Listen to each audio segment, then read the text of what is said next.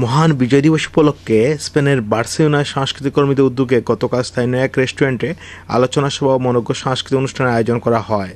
এতে সভাপতিত্ব করেন বীর মুক্তিযোদ্ধা আলাউদ্দিন মিয়া।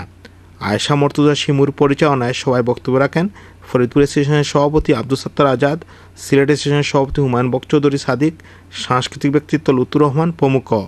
বীর মুক্তিযোদ্ধা আলাউদ্দিন মিয়া মুক্তিযুদ্ধের স্মৃতিচারণ করে বলেন, যারা যুদ্ধের অপরাধী শেখ মুজিবুর রহমান বঙ্গবন্ধু জাতির পিতা ক্ষমা করেছিলেন, কিন্তু ভুল বিশ্লেষণ দিতেছে।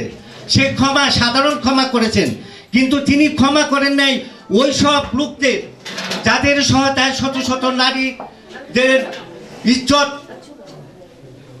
নষ্ট হয়েছে, যাদের সহায়তায় বাড়ি ঘর পুরানো হয়েছে। ওই রাজাকার আলবদর বাহিনী দিয়েছে এবং মানুষকে হত্যা করেছে, তাদেরকে কোনোদিন ক্ষমা করে নেই, আমরাও ক্ষমা করব না।